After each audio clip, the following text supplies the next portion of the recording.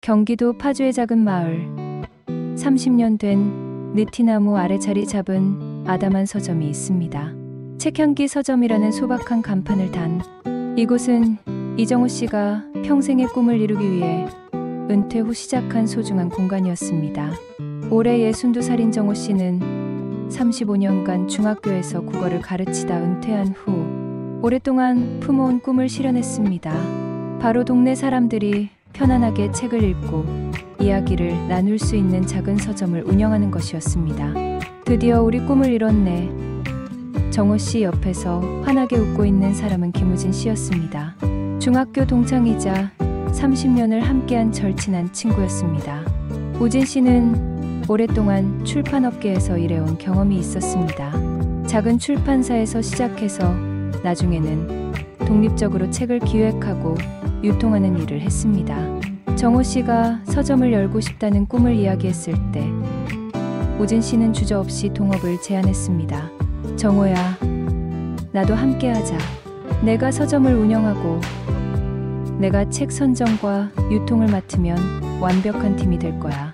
두 사람의 만남은 30년 전으로 거슬러 올라갑니다.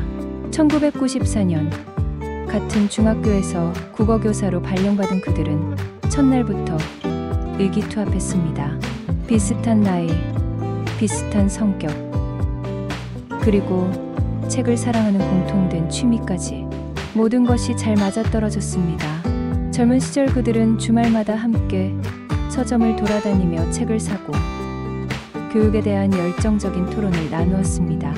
결혼 후에도 가족 모임을 함께하고 서로의 자녀들이 성장하는 모습을 지켜봤습니다. 언젠가 우리도 작은 서점을 열어보자. 젊은 시절 정우 씨가 했던 이 말을 우진 씨는 기억하고 있었습니다. 시간이 흘러 정우 씨가 은퇴를 앞두고 있을 때 우진 씨가 먼저 제안했습니다.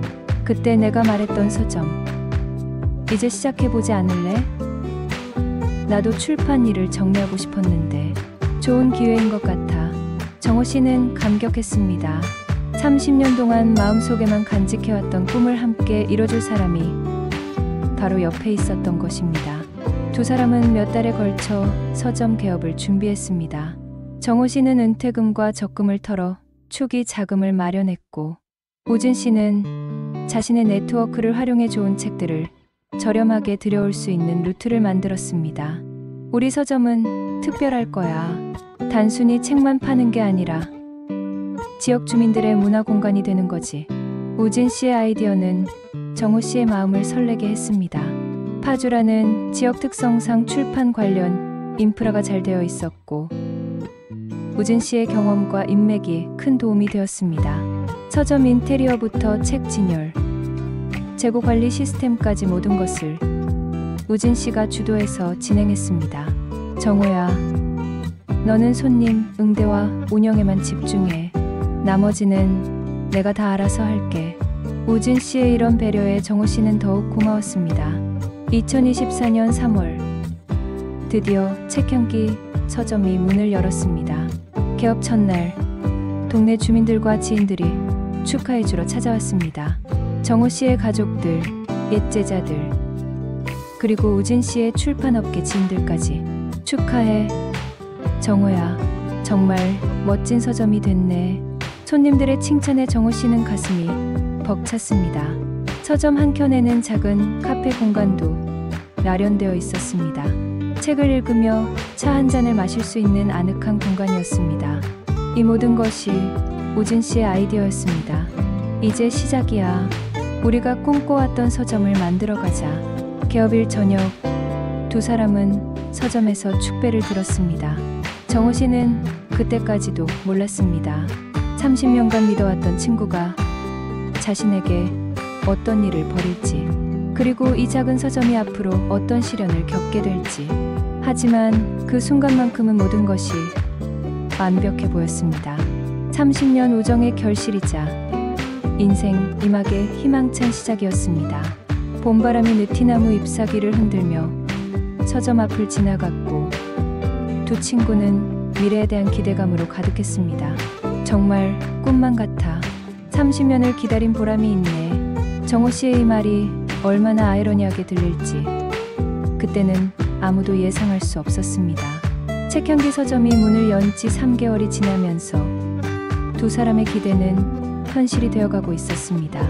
작은 동네 서점이었지만 입소문을 타면서 점점 더 많은 사람들이 찾아오기 시작했습니다. 오늘도 매출이 괜찮네. 정호 씨는 하루 일과를 마치며 계산기를 두드렸습니다. 생각했던 것보다 훨씬 좋은 반응이었습니다. 우진 씨의 출판업계 경험이 빛을 발했습니다. 다른 서점에서는 쉽게 볼 수 없는 독특하고 좋은 책들을 저렴한 가격에 들여올 수 있었습니다. 특히 지역 작가들의 작품이나 소규모 출판사의 책들을 발굴해내는 눈이 뛰어났습니다.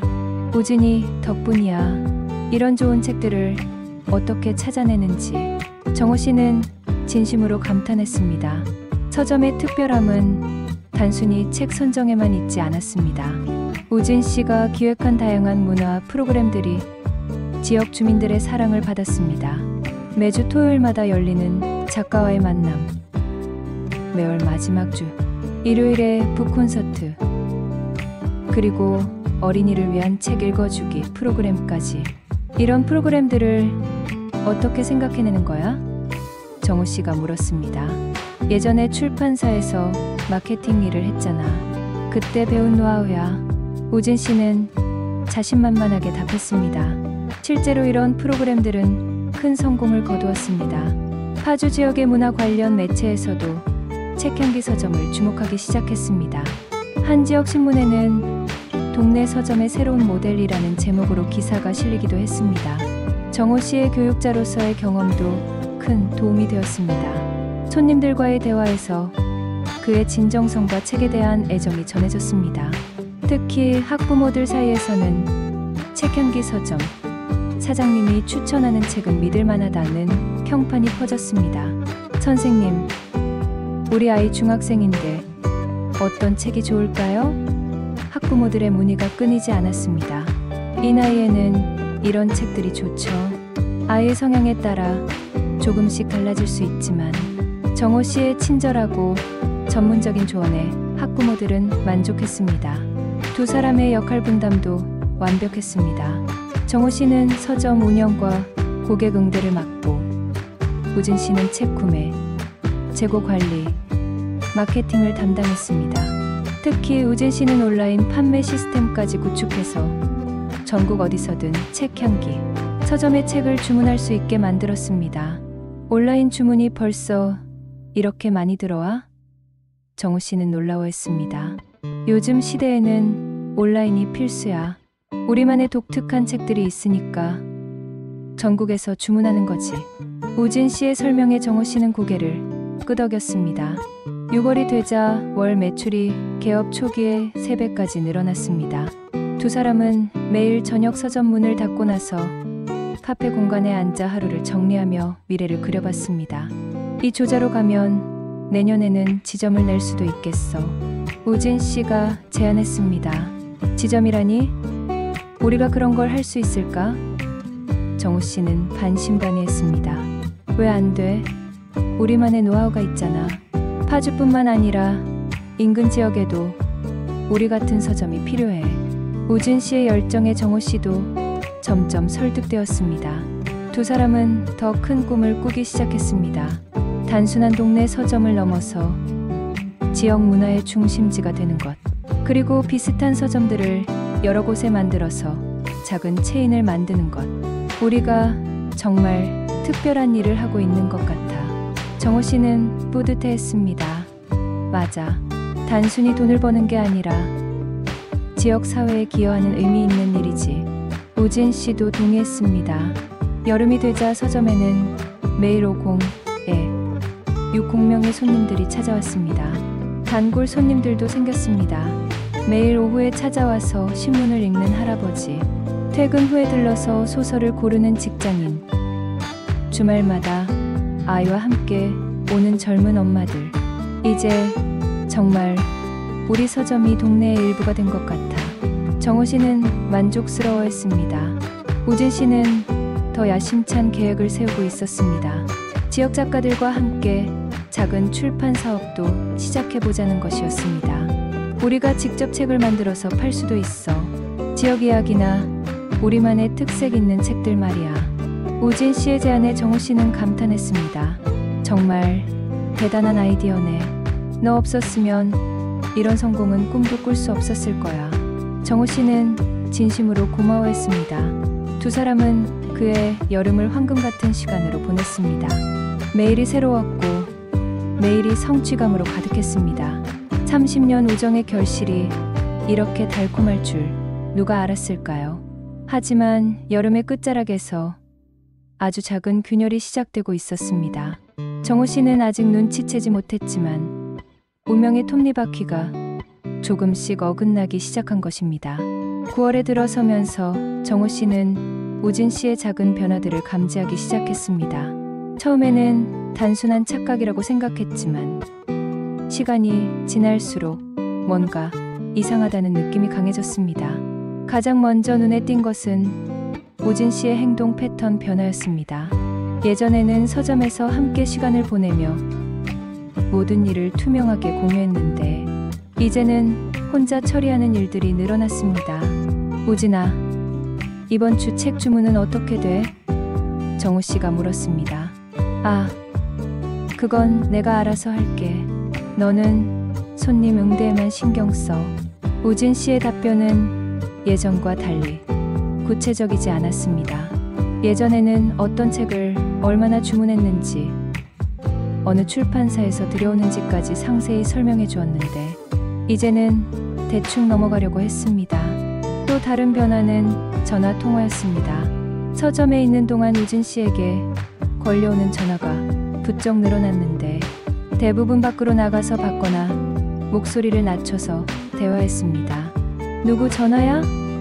정우 씨가 궁금해서 물어봤습니다. 아, 출판사 사람이야. 별거 아니야. 우진 씨는 시선을 피하며 대답했습니다. 하지만 정우 씨가 보기에는 단순한 업무 전화 같지 않았습니다. 우진 씨의 표정이 심각해 보였고 통화 후에는 항상 어딘가 불안해 보였습니다. 회계 장부 관리도 이상했습니다. 예전에는 매일 저녁 함께 매출을 정리하고 지출 내역을 확인했는데 이제는 우진 씨가 혼자 처리한다고 했습니다. 내가 회계 프로그램을 새로 설치했어. 더 효율적이야. 너는 신경 쓰지 마. 우진 씨의 설명이었습니다. 정우 씨는 컴퓨터에 능숙하지 않아서 우진 씨의 말을 믿었습니다. 하지만 마음 한구석에서는 계속 불안감이 자라고 있었습니다. 10월 어느 날 정우 씨는 우연히 이상한 광경을 목격했습니다. 평소보다 일찍 서점에 도착했는데 우진 씨가 서점 금고에서 현금을 꺼내는 모습을 본 것입니다. 우진아, 뭐 하는 거야? 정우 씨가 물었습니다. 아, 깜짝이야. 일찍 왔네. 책값 결제하려고 현금을 준비하고 있었어. 우진 씨는 당황한 기색을 숨기려 했습니다.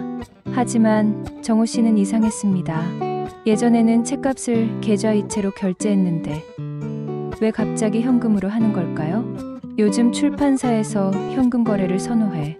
할인도 더 많이 해주고. 우진 씨의 설명에 정우 씨는 더 이상 묻지 않았습니다. 그러나 불안감은 계속 커져갔습니다. 특히 우진 씨가 자주 자리를 비우는 것이 신경 쓰였습니다. 예전에는 거의 하루 종일 서점에 있었는데 이제는 출판사 미팅, 새로운 책 보러 간다는 이유로 자주 외출했습니다. 요즘 일이 많아 보이네. 정우 씨가 말했습니다. 우리 서점이 커지니까 할 일도 많아지지. 좋은 현상이야. 우진 씨는 웃으며 답했지만 그 웃음이 어딘가 억지스러워 보였습니다. 11월에 들어서자 더 심각한 문제가 발생했습니다. 몇몇 출판사에서 연락이 와서 책값을 독촉하는 일이 생긴 것입니다. 정우 씨, 지난달 주문하신 책값이 아직 입금이 안 됐는데요. 한 출판사 직원이 전화했습니다. 정우 씨는 당황했습니다. 우진 씨가 이미 처리했다고 했던 건데. 우진아, 영영 출판사에서 책값 독촉 전화가 왔어. 정우 씨가 말했습니다. 아, 깜빡했나 보네. 바로 처리할게. 우진 씨는 대수롭지 않다는 듯 답했습니다. 하지만 비슷한 일이 계속 반복되었습니다. 다른 출판사들에서도 독촉 전화가 오고 우진 씨는 매번 깜빡했다, 바로 처리하겠다는 말만 반복했습니다. 정호 씨는 점점 불안해졌습니다. 혹시 우진 씨가 무슨 어려움에 처한 것은 아닐까? 아니면 정말 실수가 잦아진 것일까? 우진아, 혹시 무슨 어려운 일 있어?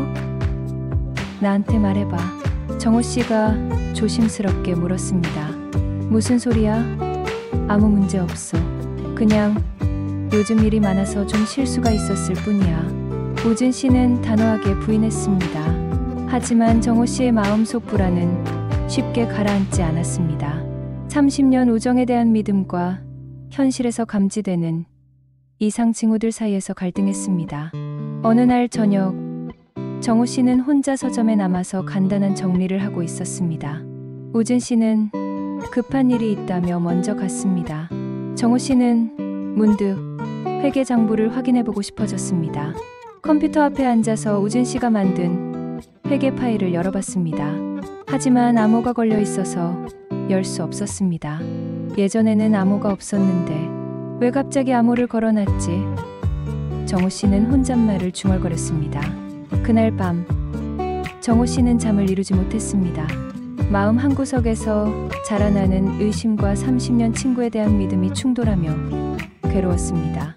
내가 너무 예민한 건가? 우진이를 의심하다니. 정호 씨는 자책했습니다. 하지만 직감은 계속 경고하고 있었습니다. 뭔가 심각한 일이 벌어지고 있다는 것을. 11월 마지막 주 월요일 아침, 정호 씨는 평소와 같이 서점 문을 열고 하루를 시작했습니다. 우진 씨는 출판사 미팅이 있다며 오후에 오겠다고 했습니다.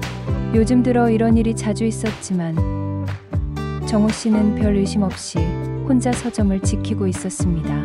오전 10시쯤 전화벨이 울렸습니다. 낯선 번호였지만 업무상 연락일 것이라고 생각하며 받았습니다. 여보세요. 책향기 서점입니다. 안녕하세요. 영영은행 대출 담당자입니다. 이정호 님 맞으시죠? 네, 맞습니다. 무슨 일이시죠? 은행에서 온 전화라니.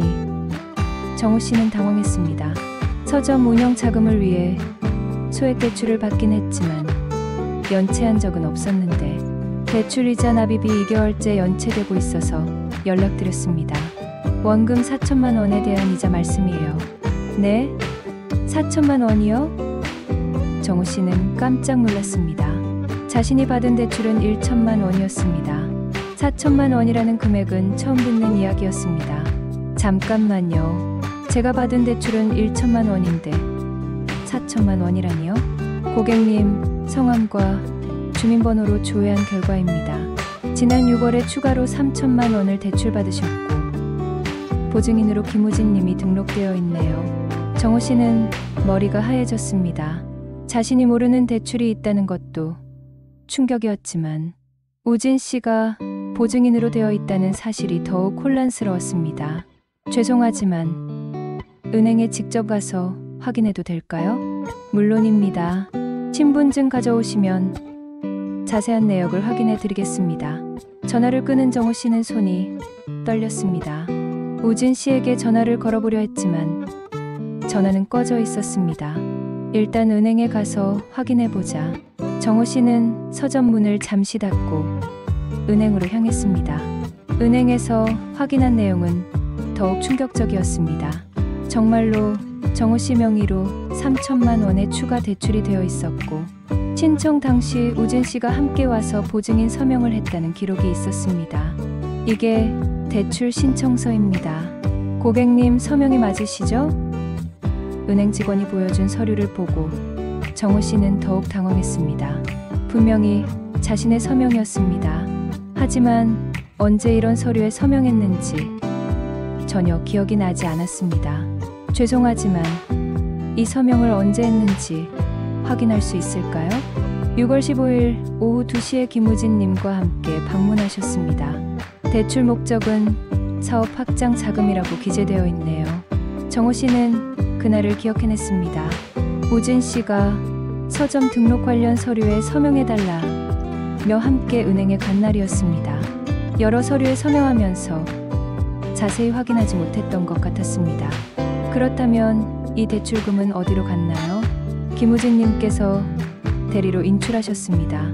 고객님께서 위임장을 작성해 주셔서요. 정호 씨는 위임장도 기억이 나지 않았습니다. 하지만 서류를 보니 분명히 자신의 서명이 있었습니다. 혹시 이 대출금이 어떻게 사용되었는지 확인할 수 있나요? 죄송합니다. 인출 후 사용 내역은 저희가 추적할 수 없습니다. 은행에서 나온 정호 씨는 머릿속이 복잡했습니다. 분명히 자신이 서명한 서류들이지만 그 의미를 제대로 알고 서명한 것이 아니었습니다. 우진 씨가 속인 것일까? 아니면 정말 사업 확장을 위한 것이었을까? 서점으로 돌아와서 우진 씨에게 계속 전화를 걸어봤지만 받지 않았습니다. 오후 내내 기다렸지만 우진 씨는 나타나지 않았습니다. 저녁이 되어서야 우진 씨에게서 문자가 왔습니다. 급한 일이 생겨서 며칠 지방에 내려가야 해. 서점 잘 부탁해. 정호 씨는 즉시 전화를 걸었지만 여전히 꺼져 있었습니다. 문자로 답장을 보냈습니다. 은행에서 연락 왔어. 3천만 원 대출건 뭐야? 전화 좀 받아. 하지만 답장은 오지 않았습니다. 그날 밤 정호 씨는 잠을 이룰 수 없었습니다. 여러 가지 가능성들이 머릿속을 스쳐 지나갔습니다. 혹시 우진 씨가 정말로 사업 확장을 위해 대출을 받은 것일까? 그렇다면 왜 미리 이야기하지 않았을까? 아니면 정호 씨는 더 이상 생각하고 싶지 않았습니다. 30년 친구가 자신을 속였다는 생각은 받아들이기 어려웠습니다. 다음 날 아침에도 우진 씨는 나타나지 않았습니다. 전화도 여전히 꺼져 있었습니다. 정호 씨는 불안감이 극에 달했습니다. 점심시간쯤 또 다른 전화가 걸려왔습니다. 이번에는 다른 은행이었습니다. 정호님, 신용카드 연체료가 누적되고 있어서 연락드렸습니다. 신용카드요? 저는 그 은행 카드가 없는데요. 정호 씨는 또 다른 충격에 휩싸였습니다. 자신이 모르는 신용카드가 있다는 것이었습니다. 6월에 김우진님과 함께 신청하신 법인카드입니다. 한도가 2천만 원인데 현재 1,800만 원이 사용되어 있어요. 정호 씨는 다리에 힘이 빠졌습니다. 대출만이 아니라 신용카드까지. 도대체 얼마나 많은 일들이 자신 모르게 벌어진 것일까요? 지금 당장 은행에 가겠습니다. 정호 씨는 떨리는 목소리로 말했습니다. 그날 오후 정호 씨는 현실을 정확히 파악했습니다. 자신 명의로 된 대출과 신용카드 사용액을 합치면 거의 6천만 원에 달했습니다. 서점 개업 자금으로 투입한 자신의 돈보다 훨씬 많은 금액이었습니다. 우진아, 이게 무슨 일이야? 정호 씨는 절망적인 마음으로 중얼거렸습니다. 30년 우정이 이런 식으로 끝날 줄은 꿈에도 생각하지 못했습니다. 3일째 우진 씨와 연락이 되지 않자 정호 씨는 직접 우진 씨의 집을 찾아가 보기로 했습니다. 30년 우정에 대한 마지막 희망을 붙잡고 싶었습니다. 혹시 모든 것이 오해이고 우진 씨에게 합리적인 설명이 있을지도 모른다는 생각이었습니다. 우진 씨의 아파트에 도착했을 때 정호 씨는 이상한 광경을 목격했습니다. 경비원이 출입문에 공실 스티커를 붙이고 있었습니다. 저기요, 301호에 살던 김우진 씨 어디 갔는지 아세요? 정호 씨가 경비원에게 물었습니다. 아, 그분요? 3일 전에 이사 나가셨어요. 갑작스럽게 야밤에 짐 빼고 가더라고요. 정호 씨는 머리를 한 대 맞은 것 같았습니다. 우진 씨가 정말로 사라진 것이었습니다. 혹시 새 주소나 연락처 남기고 가셨나요? 아니요. 아무것도 안 남기고 가셨어요. 관리비도 밀린 채로요. 정호 씨는 절망적인 마음으로 서점으로 돌아왔습니다. 이제 현실을 받아들일 수밖에 없었습니다. 30년 친구가 자신을 속이고 사라진 것이었습니다. 서점에서 우진 씨의 흔적들을 찾아봤습니다. 책상 서랍, 개인 물품들을 보니 중요한 것들은 모두 사라져 있었습니다. 특히 출판사들과의 연락처나 거래, 내역 등이 담긴 파일들이 모두 없어졌습니다. 컴퓨터의 회계 프로그램을 다시 확인해 봤습니다. 암호를 여러 번 시도해 봤지만 열리지 않았습니다. 전문가에게 의뢰해서 암호를 해제해 달라고 부탁했습니다. 이틀 후 확인한 회계 내역은 정호 씨에게 더 큰 충격을 안겨주었습니다. 서점의 매출은 정호 씨가 알고 있던 것의 절반에 불과했습니다. 우진 씨가 매일 저녁 알려준 매출액은 조작된 것이었습니다. 더 심각한 문제는 출판사들에 대한 미지불금이었습니다. 우진 씨가 주문한 책들의 대금이 총 2천만 원 이상 밀려 있었습니다. 정호 씨가 알고 있던 것보다 훨씬 많은 책들이 외상으로 들어와 있었던 것입니다. 어떻게 이런 일이? 정호 씨는 컴퓨터 화면을 보며 절망했습니다. 은행에서 받은 대출금과 신용카드 사용액이 어디로 갔는지도 추적해봤습니다. 대부분이 현금으로 인출되었거나 온라인 투자 사이트로 이체되어 있었습니다. 우진 씨가 서점 자금을 개인적인 투자에 사용한 것 같았습니다. 정호 씨는 우진 씨의 가족들에게도 연락해봤습니다. 우진 씨의 아내는 정호 씨보다 더 당황스러워했습니다. 정호 삼촌, 우진이가 정말 그런 일을 했나요? 저희한테도 출장 간다고만 하고 연락이 없어요. 우진 씨는 자신의 가족에게도 거짓말을 한 것 같았습니다. 그의 아내는 남편이 어디로 갔는지, 왜 갑자기 사라졌는지 전혀 모르고 있었습니다. 일주일 후 정호 씨는 더 끔찍한 사실을 알게 되었습니다. 우진 씨가 다른 사람들에게도 비슷한 일을 저질렀다는 것이었습니다. 한 출판사 사장이 서점을 찾아와서 말했습니다. 김우진 씨 때문에 저희도 피해를 봤어요. 책 대금을 받지 못한 게 3천만 원이 넘어요. 다른 출판사들도 마찬가지고요. 그렇다면 우진 씨가 다른 곳에서도 정호 씨는 말을 잊지 못했습니다. 네. 여러 서점들과 거래하면서 비슷한 일을 반복한 것 같아요. 경찰에 신고할 예정입니다. 정호 씨는 자신이 우진 씨의 사기 행각에 이용당했다는 사실을 깨달았습니다. 30년 친구라는 신뢰를 악용해서 자신을 공범으로 만든 것이었습니다. 그날 밤 정호 씨는 서점에 혼자 앉아서 지난 몇 개월을 되돌아봤습니다. 우진 씨의 이상한 행동들, 회계 투명성 부족, 잦은 외출 등이 모두 이해되었습니다. 모든 것이 계획된 사기였던 것입니다. 내가 얼마나 바보였을까? 정호 씨는 자책했습니다. 더 힘든 것은 앞으로 어떻게 해야 할지 모르겠다는 것이었습니다. 자신 명의로 된 6천만 원의 빚과 출판사들에 대한 2천만 원의 미지불금, 총 8천만 원의 부채를 혼자 감당해야 했습니다. 정호 씨의 은퇴금과 적금을 모두 합쳐도 4천만 원 정도였습니다. 나머지 4천만 원은 어떻게 마련해야 할지 막막했습니다. 며칠 후 우진 씨에게서 마지막 연락이 왔습니다. 문자 메시지였습니다. 정호야, 미안하다. 내가 투자에 실패해서 이런 일이 생겼다. 상황이 정리되면 연락할게. 잠시만 기다려줘. 정호 씨는 즉시 전화를 걸었지만 이미 번호가 바뀌어 있었습니다.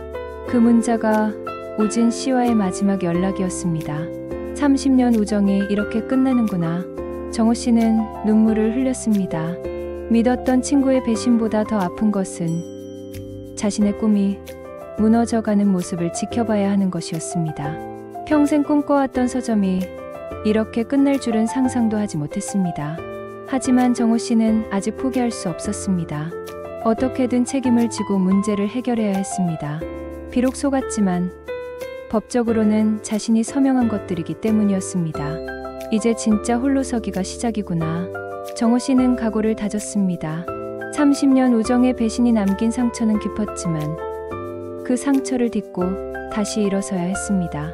우진 씨의 배신을 확인한 후 정호 씨의 일상은 완전히 무너져 내렸습니다. 매일 아침 서점 문을 열지만 예전의 기쁨은 사라지고 절망감만이 짙게 깔려 있었습니다. 가장 힘든 것은 출판사들의 연이은 독촉 전화였습니다. 하루에 서너 통씩 걸려오는 전화를 받을 때마다 정호 씨는 가슴이 철렁했습니다. 정호님, 저희 출판사 책값 언제 입금 가능하신가요? 이미 3개월이 넘었는데. 죄송합니다. 조금만 더 시간을 주세요. 반드시 해결하겠습니다. 정호 씨는 매번 같은 대답을 반복했지만 실제로는 해결책이 보이지 않았습니다. 자신의 전 재산을 투입해도 모든 빚을 갚기에는 턱없이 부족했습니다. 서점을 찾는 손님들도 예전 같지 않았습니다. 신간이 제대로 들어오지 않으니 책의 종류가 줄어들었고 정호 씨의 어두운 표정을 본 손님들도 어색해했습니다. 사장님, 요즘 표정이 안 좋으신데 무슨 일 있으세요? 단골 손님이 걱정스럽게 물었습니다. 아, 괜찮습니다. 별일 아니에요. 정호 씨는 억지로 웃으며 답했지만 그 웃음은 진실하지 못했습니다. 12월 중순, 정호 씨는 더 이상 혼자 감당할 수 없다는 것을 깨달았습니다. 가족들에게 상황을 털어놓기로 결심했습니다. 여보, 서점에 문제가 생겼어. 아내에게 말하는 것이 가장 어려웠습니다. 무슨 문제? 장사가 안 되는 거야? 정호 씨는 지난 몇 개월 동안 일어난 모든 일을 설명했습니다. 우진 씨의 배신, 숨겨진 빚들, 그리고 현재의 절망적인 상황까지. 아내는 처음에는 믿을 수 없다는 표정이었습니다. 우진이가 정말 그런 일을 30년 친구인데 나도 믿고 싶지 않아. 하지만 이게 현실이야. 두 사람은 밤늦게까지 대화를 나눴습니다. 아내는 충격받았지만 남편을 비난하지 않았습니다. 오히려 함께 해결책을 찾아보자고 했습니다. 집을 팔아야 할 수도 있어. 정호 씨가 무거운 마음으로 말했습니다. 그래도 괜찮아. 우리가 함께 헤쳐나가면 돼. 아내의 이런 반응에 정호 씨는 조금 위안을 받았습니다. 하지만 자녀들의 반응은 달랐습니다. 특히 큰아들은 화를 냈습니다. 아버지, 어떻게 그렇게 쉽게 속으실 수 있어요? 중요한 서류에 서명할 때 제대로 확인도 안 하시고. 나도 후회하고 있어. 하지만 이미 일어난 일이야. 30년 친구라고 해서 무조건 믿으시면 어떡해요? 요즘 세상에 그런 게 어디 있어요? 아들의 말은 옳았지만 정호 씨에게는 가슴을 찌르는 비수 같았습니다. 자신도 충분히 자책하고 있는데 가족들까지 비난하니 더욱 힘들었습니다. 둘째 딸은 조금 더 예심을 보였지만 역시 걱정이 컸습니다. 아버지, 이제 어떻게 하실 거예요? 빚을 다 갚을 수 있을까요? 최선을 다해볼게. 서점을 정리하고 다른 일을 찾아봐야 할 것 같아. 가족들과의 대화를 마친 후 정호 씨는 더욱 우울해졌습니다. 가족들에게 실망을 안겨준 것 같아서 죄송했고 미래에 대한 불안감도 커졌습니다. 며칠 후 정호 씨는 서점 단골 손님들에게도 상황을 설명하기로 했습니다. 더 이상 숨길 수 없었고 정직하게 이야기하는 것이 맞다고 생각했습니다. 사실은 정호 씨는 몇몇 단골 손님들에게 조심스럽게 이야기를 꺼냈습니다. 손님들의 반응은 다양했습니다. 어떤 이는 동정했고 어떤 이는 실망했습니다. 하지만 대부분은 정호 씨를 비난하지 않았습니다. 사장님도 피해자시잖아요. 너무 자책하지 마세요. 한 단골 할머니가 위로해 주었습니다. 요즘 세상에 그런 일이 비일비재해요. 사장님만 당하신 게 아니니까 너무 낙심하지 마세요. 다른 손님도 격려했습니다. 하지만 일부 손님들은 서점을 떠나갔습니다. 믿을 수 없는 곳이라며 다시는 오지 않겠다는 사람들도 있었습니다. 12월 말, 정호 씨는 중요한 결정을 내려야 했습니다. 서점을 계속 운영할 것인가? 아니면 문을 닫을 것인가? 경제적으로는 문을 닫는 것이 맞았습니다. 매달 임대료와 운영비를 감당하기 어려웠고 뒷상환도 급급한 상황이었습니다. 하지만 마음으로는 포기하고 싶지 않았습니다. 평생의 꿈이었고, 비록 배신당했지만 그 꿈 자체를 포기하고 싶지는 않았습니다. 내가 뭘 잘못했을까? 정호 씨는 매일 밤 자문했습니다. 친구를 믿은 것이 잘못일까? 사람을 의심하지 않은 것이 잘못일까? 아니면 더 꼼꼼하게 확인하지 않은 것이 잘못일까? 하지만 아무리 생각해도 명확한 답은 나오지 않았습니다. 다만 현실은 냉혹했습니다. 빚은 줄어들지 않았고 압박은 계속 강해졌습니다.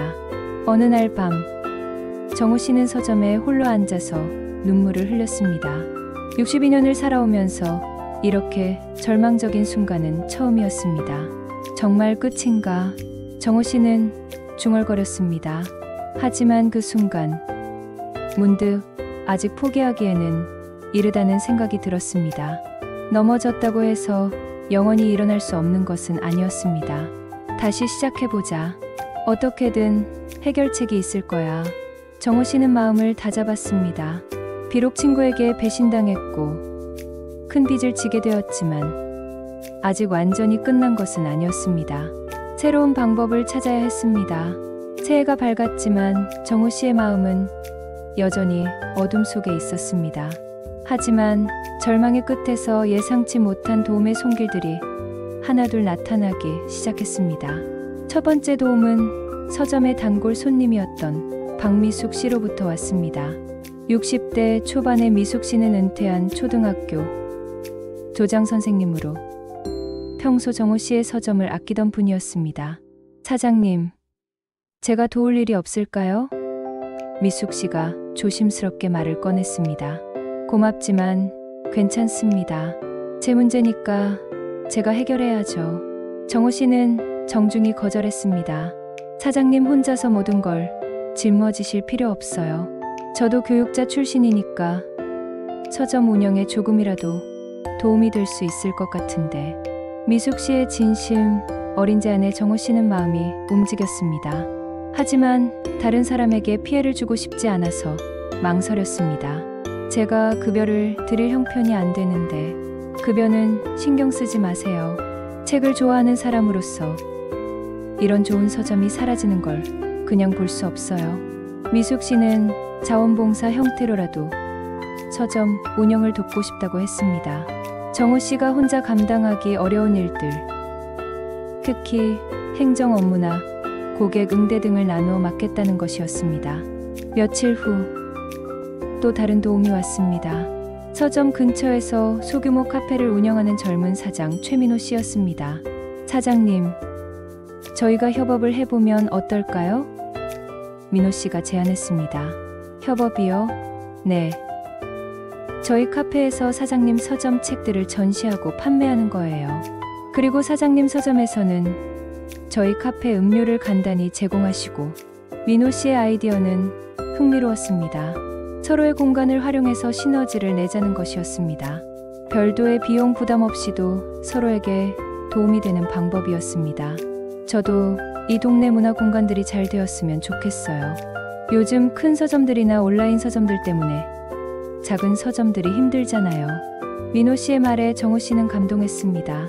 어려운 상황에서도 함께 상생하려는 마음이 고마웠습니다. 가장 큰 도움은 뜻밖의 곳에서 왔습니다. 정호 씨가 35년간 재직했던 중학교의 동료 교사들이었습니다.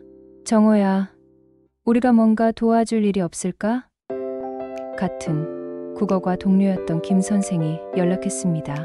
선배님들이 어떻게? 동료 교사들끼리 이야기하다가 내 사정을 들었어. 우리도 뭔가 도움이 되고 싶어서. 국어과 교사들은 정호 씨의 서점이 교육적 가치가 있다고 판단했습니다. 단순히 책을 파는 곳이 아니라 지역 청소년들의 독서, 문화를 이끌어가는 공간이라고 본 것입니다. 우리가 학생들 독서, 교육 프로그램을 함께 만들어 보면 어떨까? 방과 후에 서점에서 독서 토론이나 글쓰기 수업을 하는 거지. 동료들의 제안은 정호 씨에게 새로운 희망을 주었습니다. 서점이 단순한 판매 공간을 넘어서 교육 공간으로 확장될 수 있다는 가능성을 보았기 때문입니다. 학부모들도 이런 프로그램을 원할 거야. 요즘 독서, 교육에 관심이 많잖아. 정호 씨는 동료들과 함께 구체적인 계획을 세우기 시작했습니다. 주말이나 방학 중에 중고등학생을 대상으로 한 독서 프로그램을 운영하는 것이었습니다. 더 놀라운 일이 일어났습니다. 정호 씨의 상황을 들은 지역 주민들이 자발적으로 도움을 주기 시작한 것입니다. 사장님, 저희가 서점 책 미리 예약 주문할게요. 한 주민이 말했습니다. 예약 주문이요? 네. 저희 가족이 1년 동안 읽을 책들을 미리 주문하고 돈도 선불로 드릴게요. 조금이라도 도움이 되었으면 해서. 이런 식의 도움이 연쇄적으로 이어졌습니다. 동네 주민들이 책향기 서점 살리기에 자발적으로 참여한 것입니다. 어떤 이는 중고책을 기증했고, 어떤 이는 서점 청소를 도와주었습니다. 또 어떤 이는 SNS에 서점을 홍보해주기도 했습니다. 정말 감사합니다. 이런 도움을 받을 자격이 있는지 정호 씨는 연신 고개를 숙였습니다. 사장님이 평소에 정성껏 서점을 운영하셨잖아요. 우리도 그런 마음에 보답하고 싶어요. 이런 반응들을 보면서 정호 씨는 깨달았습니다. 진정한 친구나 동료는 어려울 때 나타난다는 것을. 그리고 자신이 생각했던 것보다 많은 사람들이 자신을 응원하고 있다는 것을. 2월이 되자 서점 분위기가 조금씩 달라지기 시작했습니다. 미숙 씨의 도움으로 행정 업무가 체계화되었고, 민호 씨와의 협업으로 새로운 고객들이 유입되었습니다. 특히 동료 교사들과 함께 시작한 독서 프로그램이 인기를 끌었습니다. 매주 토요일마다 15명의 중고등학생들이 서점에 모여서 책을 읽고 토론했습니다. 선생님, 이런 프로그램이 있었으면 좋겠다고 생각했어요. 한 학생이 기뻐했습니다. 우리 아이가 책 읽는 재미를 알게 되었어요. 학부모들의 반응도 좋았습니다. 정호 씨는 조금씩 희망을 되찾기 시작했습니다. 비록 우진 씨에게 배신당했지만 세상에는 진정으로 도움을 주는 사람들이 더 많다는 것을 알게 되었습니다. 사람의 진짜 가치는 어려울 때 드러나는구나. 정호 씨는 깊이 깨달았습니다. 혼자서는 절대 해결할 수 없을 것 같았던 문제들이 여러 사람의 도움으로 조금씩 실마리를 찾아가고 있었습니다. 완전한 해결은 아니었지만 적어도 절망에서는 벗어날 수 있었습니다. 3월이 되면서 정호 씨는 본격적으로 서점 재건에 나섰습니다. 주변 사람들의 도움을 받아 새로운 운영 방식을 도입하기 시작했습니다. 단순히 예전 상태로 돌아가는 것이 아니라 더 발전된 형태의 서점을 만들어 보고 싶었습니다. 가장 먼저 시작한 것은 서점 공간의 재구성이었습니다. 미숙 씨의 제안으로 서점 한편에 커뮤니티 공간을 만들었습니다. 단순히 책만 파는 공간이 아니라 사람들이 모여서 이야기를 나누고 문화 활동을 할 수 있는 공간으로 만든 것입니다. 이제 진짜 동네 문화 공간이 되는 거네요. 민호 씨가 감탄했습니다. 커뮤니티 공간에서는 다양한 프로그램들이 운영되었습니다. 주말 독서 토론은 물론이고 평일 저녁에는 성인을 위한 책 읽기 모임도 시작했습니다. 한 달에 한 번씩은 지역 작가를 초청해서 강연회도 열었습니다. 사장님, 이런 프로그램들 정말 좋아요. 참가자들의 반응이 뜨거웠습니다. 정호 씨는 자신만의 특별한 서비스도 개발했습니다. 맞춤형 책 추천 서비스였습니다. 35년간 교육자로 일하면서 쌓은 경험을 활용해서 개인의 성향과 수준에 맞는 책을 추천해주는 것이었습니다. 어떤 책을 읽고 싶으세요? 평소 관심사나 읽었던 책들을 말씀해 주시면 맞춤형으로 추천해 드릴게요. 이 서비스는 큰 인기를 끌었습니다. 특히 독서에 관심은 있지만 어떤 책을 읽어야 할지 모르는 사람들에게 큰 도움이 되었습니다. 사장님이 추천해 주신 책이 정말 재미있었어요. 다음에는 어떤 책을 읽으면 좋을까요? 손님들의 만족도가 높았습니다. 온라인 판매 시스템도 새롭게 구축했습니다. 우진 씨가 만들었던 복잡한 시스템을 버리고 간단하지만 투명한 시스템을 만들었습니다. 민호 씨가 IT에 능숙해서 많은 도움을 주었습니다. 복잡할 필요 없어요. 간단하고 명확한 게 최고죠. 민호 씨의 조언에 따라 누구나 쉽게 이용할 수 있는 시스템을 만들었습니다. 4월에는 더 야심찬 프로젝트를 시작했습니다. 지역 문화 네트워크를 구축하는 것이었습니다. 근처의 카페, 갤러리, 작은 극장 등과 연계해서 문화 이벤트를 함께 기획하는 것이었습니다. 우리끼리만 경쟁할 게 아니라 함께 지역 문화를 키워나가자는 것이 기본 취지였습니다. 첫 번째 이벤트로 파주 책축제를 기획했습니다. 여러 문화 공간들이 함께 참여해서 책과 관련된 다양한 행사를 여는 것이었습니다. 정말 좋은 아이디어네요. 우리도 적극 참여하겠습니다. 다른 사업자들의 반응도 좋았습니다. 축제 준비 과정에서 정우 씨는 자신도 모르게 리더십을 발휘하고 있었습니다. 35년간의 교육 경험이 이런 곳에서 빛을 발한 것입니다. 사장님, 정말 추진력이 대단하세요. 동료들이 감탄했습니다.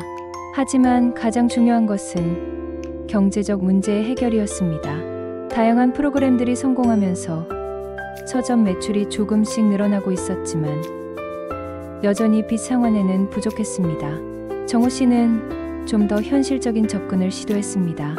은행과 출판사들에게 현 상황을 솔직하게 설명하고 그날 상환 계획을 제안한 것입니다. 제가 사기를 당한 피해자이긴 하지만 법적으로는 제 책임이니까 반드시 갚겠습니다. 다만 시간을 좀 주세요. 정우 씨의 진정성 있는 태도에 많은 채권자들이 이해를 보였습니다.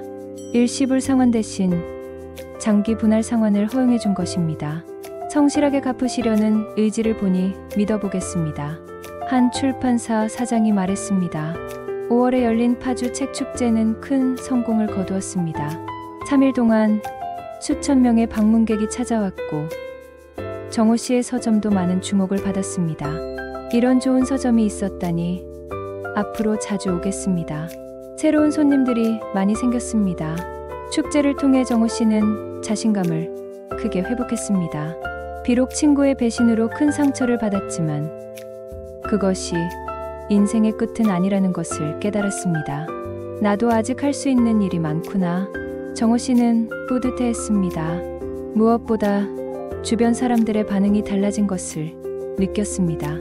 예전에는 불쌍한 사기 피해자로 보는 시선이 많았다면 이제는 굴복하지 않고 일어선 강인한 사람으로 보는 시선이 많아졌습니다. 사장님, 정말 대단하세요. 이런 일을 당하고도 이렇게 다시 일어서시다니. 사람들의 존경, 어린 시선을 받을 때마다 정우 씨는 감동했습니다. 6월이 되자 서점 운영이 완전히 안정화되었습니다. 매출도 예전 수준을 회복했고 다양한 프로그램들로 인해 지역에서의 위상도 높아졌습니다. 이제 정말 새로운 시작이네요. 미숙 씨가 기뻐했습니다. 맞아요.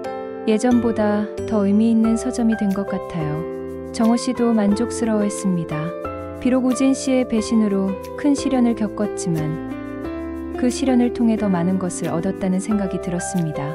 진정한 친구들을 알게 되었고 자신의 한계를 뛰어넘는 경험도 했습니다.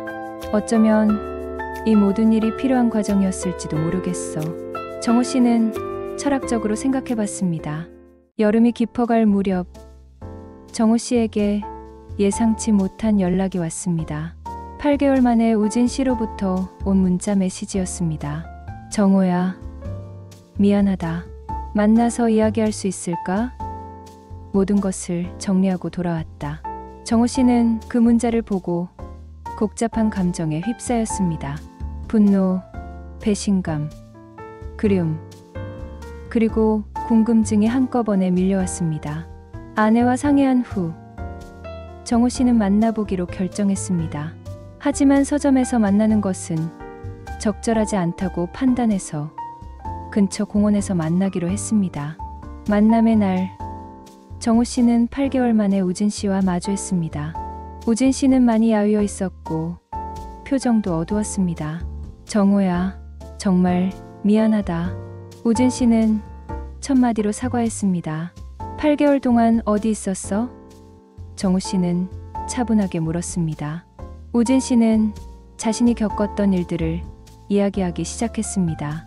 몇 년 전부터 주식 투자에 손을 댔다가 큰 손실을 본 것. 그 손실을 만회하려고 더 큰 투자를 했다가 더 큰 손실을 본 것. 결국 빚에 빚을 더해가며 악순환에 빠진 것. 서점 자금을 건드린 것도 그 때문이었어. 단기간에 만회해서 다시 돌려놓으려고 했는데 우진 씨의 목소리는 떨리고 있었습니다. 그래서 내 명의로 대출받고 신용카드 만들고 그런 거야? 정우 씨가 물었습니다. 정말 미안해. 처음에는 며칠만, 일주일만 빌려 쓰려고 했어. 그런데 투자가 계속 실패하고 점점 더 깊이 빠져들었어. 우진 씨는 결국 모든 투자에서 실패했고 감당할 수 없는 빚을 지게 되었다고 했습니다. 그래서 도망치듯 지방으로 내려가서 공사장에서 일하며 돈을 모았다고 했습니다. 8개월 동안 밤낮 없이 일해서 3천만 원 정도 모았어. 이걸로 내게 입힌 피해를 조금이라도 보상하고 싶어. 우진 씨는 봉투를 내밀었습니다. 정우 씨는 그 봉투를 받지 않았습니다. 돈의 문제가 아니었기 때문입니다. 우진아, 나한테 가장 큰 상처는 돈이 아니야. 30년 우정을 배신당했다는 거야. 나도 안다. 내가 얼마나 큰 실수를 했는지. 돈을 갚는다고 해서 우정이 회복될 수 있다고 생각하지 않아. 두 사람은 한동안 말없이 앉아 있었습니다. 30년 우정의 무게가 무겁게 느껴졌습니다. 나도 많이 생각해봤어. 정우 씨가 입을 열었습니다. 처음에는 정말 화가 났고 배신감도 컸어. 하지만 시간이 지나면서 깨달은 게 있어. 뭘? 내가 나쁜 의도로 한 일이 아니라는 거. 물론 잘못된 선택이었지만 나를 해치려고 한 건 아니잖아. 우진 씨는 고개를 들어 정우 씨를 바라봤습니다. 예상했던 것과 다른 반응이었습니다. 그리고 이 일을 통해서 내가 더 성장했다는 생각도 들어. 정우 씨가 계속 말했습니다. 성장했다고? 응. 혼자서는 절대 할 수 없었을 일들을 해냈거든. 새로운 사람들도 만났고 내 안에 숨어있던 가능성도 발견했어. 정우 씨는 지난 8개월 동안 겪었던 일들을 이야기했습니다. 절망에서 희망을 찾아가는 과정, 주변 사람들의 도움, 그리고 새롭게 구축한 서점 운영 방식. 지금의 서점이 예전보다 훨씬 의미 있어. 단순히 책만 파는 곳이 아니라 진짜 지역 문화 공간이 되었거든. 우진 씨는 정우 씨의 이야기를 들으며 놀라워했습니다. 자신의 배신으로 무너질 줄 알았던 친구가 오히려 더 강해져서 돌아온 것입니다. 정우야, 정말 대단하다. 나 같으면 일어설 수 없었을 텐데. 처음에는 나도 그랬어. 하지만 주변에 도움을 주는 사람들이 많더라고. 진짜 친구들을 알게 됐어. 정우 씨의 말에 우진 씨는 더욱 죄송스러워했습니다. 자신이 진짜 친구가 되지 못했다는 생각 때문이었습니다. 나는 용서할게. 정우 씨가 말했습니다. 정말 용서해 줄 수 있어? 응. 하지만 예전처럼 돌아갈 수는 없어. 신뢰라는 건 한번 깨지면 쉽게 회복되지 않거든. 정우 씨는 자신의 입장을 명확히 했습니다. 용서는 하지만 다시 가까운 관계로 돌아갈 수는 없다는 것이었습니다.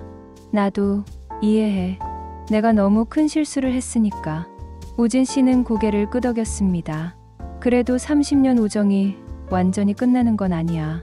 다만 새로운 관계가 되는 거지. 정우 씨는 우진 씨가 가져온 돈을 받기로 했습니다.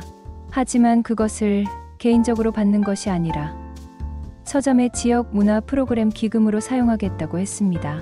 이 돈으로 더 많은 사람들에게 도움이 되는 일을 할게. 그게 좋겠어.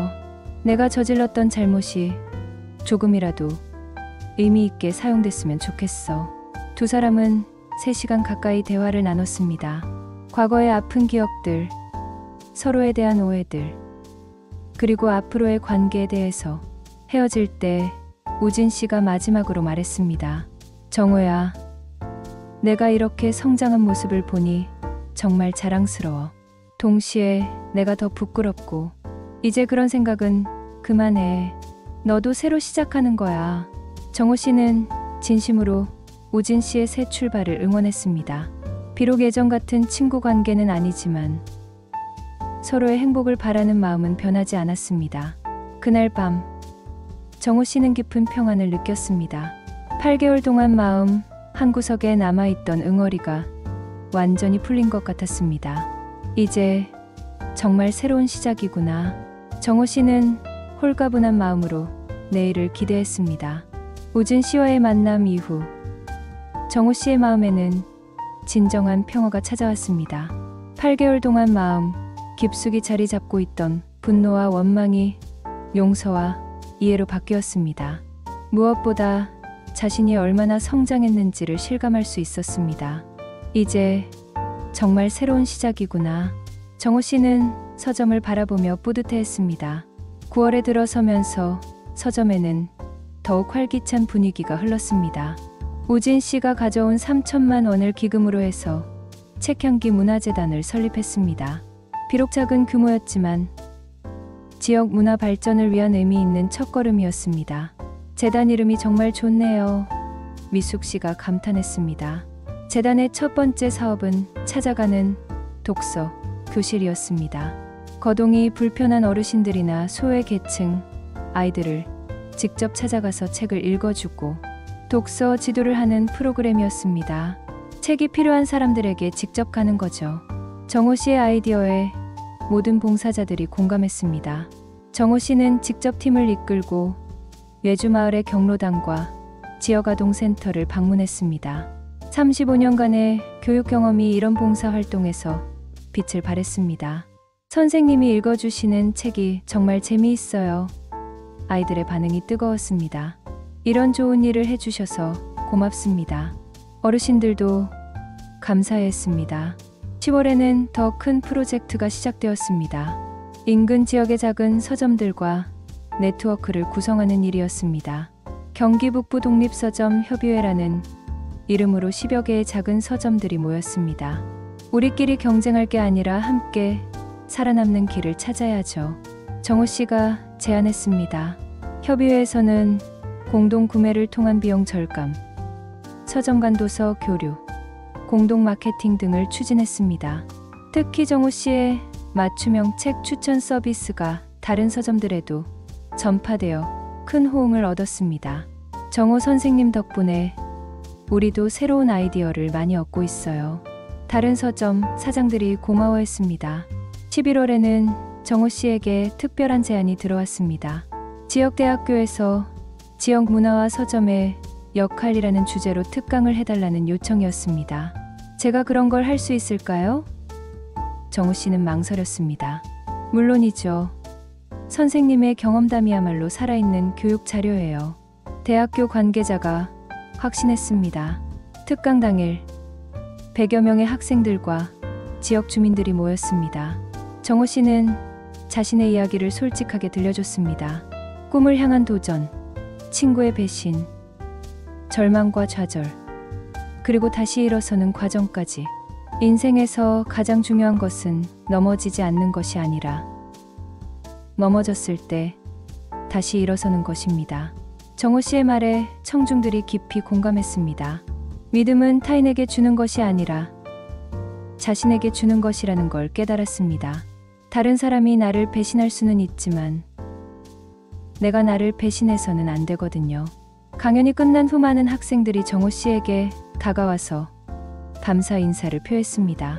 선생님 이야기 듣고 정말 용기가 났어요. 저도 어려운 일이 있을 때 포기하지 않을게요. 젊은이들의 이런 반응을 보며 정호 씨는 자신의 경험이 다른 사람들에게 도움이 되고 있다는 것을 실감했습니다. 12월이 되자 서점은 개업 첫 해를 마무리하고 있었습니다. 경제적으로는 아직 완전히 회복되지 않았지만 안정적인 기반은 마련되었습니다. 무엇보다 서점이 단순한 상업 공간을 넘어서 진정한 문화 공간으로 자리 잡았습니다. 1년 전과 비교하면 정말 많은 것이 달라졌네요. 미숙 씨가 감회에 젖어 말했습니다. 맞아요. 힘든 일도 많았지만 그 덕분에 더 의미 있는 곳이 된 것 같아요. 정호 씨도 동의했습니다. 연말 정산을 해보니 놀라운 결과가 나왔습니다. 매출은 예상보다 훨씬 좋았고 다양한 프로그램들을 통한 수익도 상당했습니다. 무엇보다 지역 주민들의 후원과 참여가 큰 힘이 되었습니다. 내년에는 정말 안정적으로 운영할 수 있을 것 같아요. 정호 씨는 희망적이었습니다. 연말에 정호 씨는 가족들과 함께 조용한 시간을 가졌습니다. 1년 전만 해도 절망에 빠져 있었는데 지금은 새로운 희망으로 가득했습니다.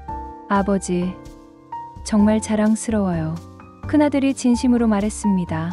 처음에는 걱정 많이 했는데 이렇게 잘 해내실 줄 몰랐어요. 둘째 딸도 감탄했습니다. 가족들의 이런 반응이 정호 씨에게는 가장 큰 선물이었습니다. 1년 전 실망시켰던 가족들에게 이제는 자랑스러운 아버지가 되었습니다. 내년에는 더 큰 꿈을 꿔봐도 될 것 같아. 정호 씨는 아내에게 말했습니다. 어떤 꿈? 지역 곳곳에 우리 같은 서점들이 생기는 거야. 그래서 모든 동네에 책과 문화가 있는 공간이 만들어지는 거지.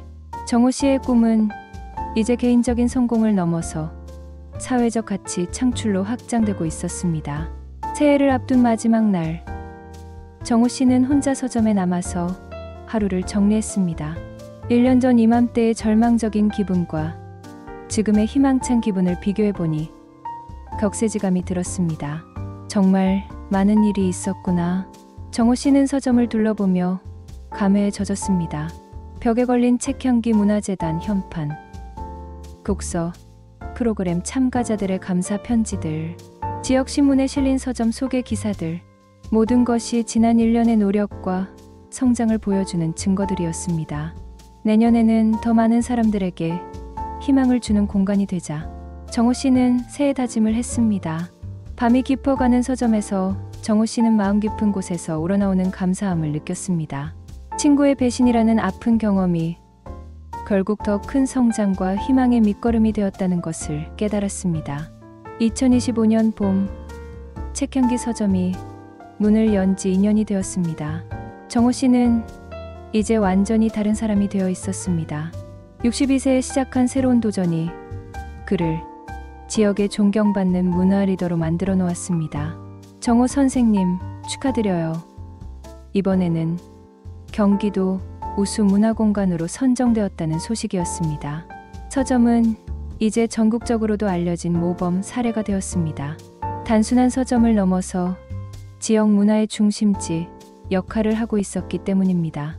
매월 2,000명 이상이 찾는 문화공간으로 자리 잡았습니다.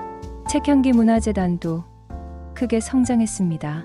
처음 3천만 원으로 시작했던 기금이 이제 2억 원을 넘어섰습니다. 지역 기업들과 개인, 후원자들이 꾸준히 참여한 결과였습니다. 이제 정말 지속 가능한 문화 사업이 된 것 같아요. 미숙 씨가 기뻐했습니다. 재단에서 운영하는 프로그램들도 다양해졌습니다. 찾아가는 독서, 교실은 이제 경기 북부 전체로 확산되었고 청소년 작가 양성 과정, 시니어 독서 토론회, 다문화 가정 독서 지원 등 새로운 프로그램들이 계속 생겨났습니다. 정호 씨는 이제 강연 요청이 끊이지 않았습니다. 전국의 대학교, 도서관, 문화센터에서 그의 이야기를 듣고 싶어 했습니다. 배신에서 희망으로라는 주제의 강연은 많은 사람들에게 감동과 용기를 주었습니다. 인생에서 가장 어려운 순간이 오히려 가장 큰 성장의 기회가 될 수 있습니다. 정호 씨의 이 말은 이제 그의 대표적인 메시지가 되었습니다. 어느 날 정호 씨에게 출판사에서 연락이 왔습니다. 그의 경험담을 책으로 출간하고 싶다는 제안이었습니다. 책향기, 배신 그리고 희망이라는 제목은 어떠세요? 편집자가 제안했습니다.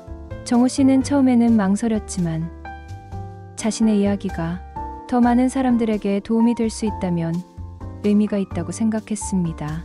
책 출간 작업을 하면서 정호 씨는 지난 2년을 차근차근 되돌아봤습니다. 우진 씨의 배신으로 시작된 절망이 어떻게 희망으로 바뀌었는지, 그 과정에서 만난 소중한 사람들, 그리고 자신 안에서 발견한 새로운 가능성들. 정말 신기한 인생이었어. 정호 씨는 원고를 쓰며 감탄했습니다. 책이 출간된 후 반응이 뜨거웠습니다. 특히 시니어들과 인생의 어려움을 겪고 있는 사람들에게 큰 공감을 얻었습니다. 이 책 읽고 정말 용기가 났어요.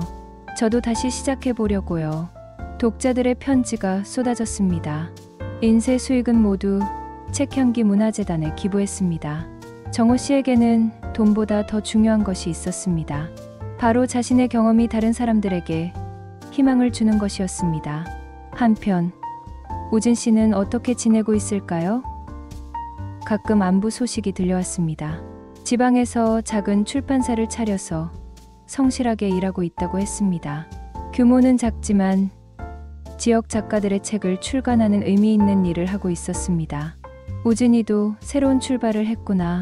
정호 씨는 그 소식을 듣고 마음으로 응원했습니다. 두 사람은 더 이상 가까운 친구는 아니었지만 서로의 행복을 바라는 마음은 변하지 않았습니다. 때로는 배신이 새로운 시작의 계기가 되기도 한다는 것을 둘 다 깨달았습니다. 2년 전 정호 씨를 도왔던 사람들은 어떻게 되었을까요? 이숙 씨는 이제 서점의 공동 운영자가 되어 정호 씨와 함께 문화 사업을 이끌어가고 있었습니다. 민호 씨의 카페는 크게 성장해서 지역의 명소가 되었습니다. 중학교 동료들은 정호 씨와 함께 교육자, 은퇴 후 사회기업 모임을 만들어 다양한 봉사 활동을 하고 있었습니다. 좋은 일을 하니까 좋은 사람들이 모이는 것 같아요. 정호 씨는 주변을 둘러보며 감사했습니다. 어느 날 저녁, 정호 씨는 서점에서 혼자 차를 마시며 창밖을 바라봤습니다. 느티나무에는 새순이 돋아나고 있었고 거리에는 봄 기운이 가득했습니다.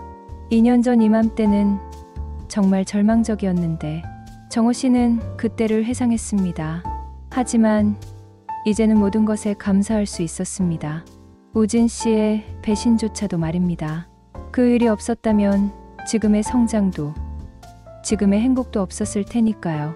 믿음은 타인이 아닌 나 자신에게 주는 것. 정호 씨는 자신의 좌우명을 되뇌었습니다. 그 순간 서점 문이 열리며 젊은 청년이 들어왔습니다. 사장님, 혹시 창업 관련 책 있나요? 저도 작은 서점을 열어보고 싶어서요. 정호 씨는 미소를 지으며 일어났습니다. 또 다른 꿈을 품은 사람이 나타난 것입니다. 물론이죠. 어떤 서점을 생각하고 계세요? 사장님처럼 지역 사람들에게 도움이 되는 서점을 만들고 싶어요. 사장님 이야기를 듣고 감동받았거든요. 정호 씨는 그 청년과 밤늦게까지 이야기를 나눴습니다. 자신의 경험담, 서점 운영의 노하우, 그리고 무엇보다 포기하지 않는 마음의 중요성에 대해서. 힘든 일이 생겨도 포기하지 마세요. 그 순간이 오히려 새로운 시작의 기회일 수 있거든요. 정호 씨의 조언에 청년은 고개를 끄덕이며 희망찬 표정을 지었습니다. 그날 밤, 정호 씨는 깊은 만족감을 느꼈습니다.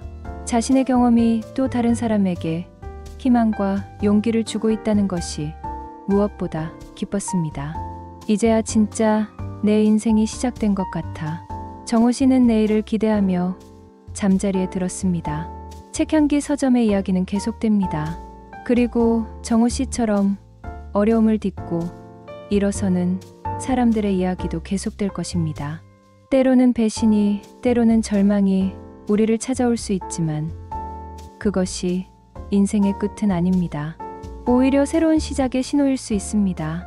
믿음은 타인이 아닌 자신에게 주는 것. 이것이 정호 씨가 2년간의 시연을 통해 얻은 가장 소중한 깨달음이었습니다.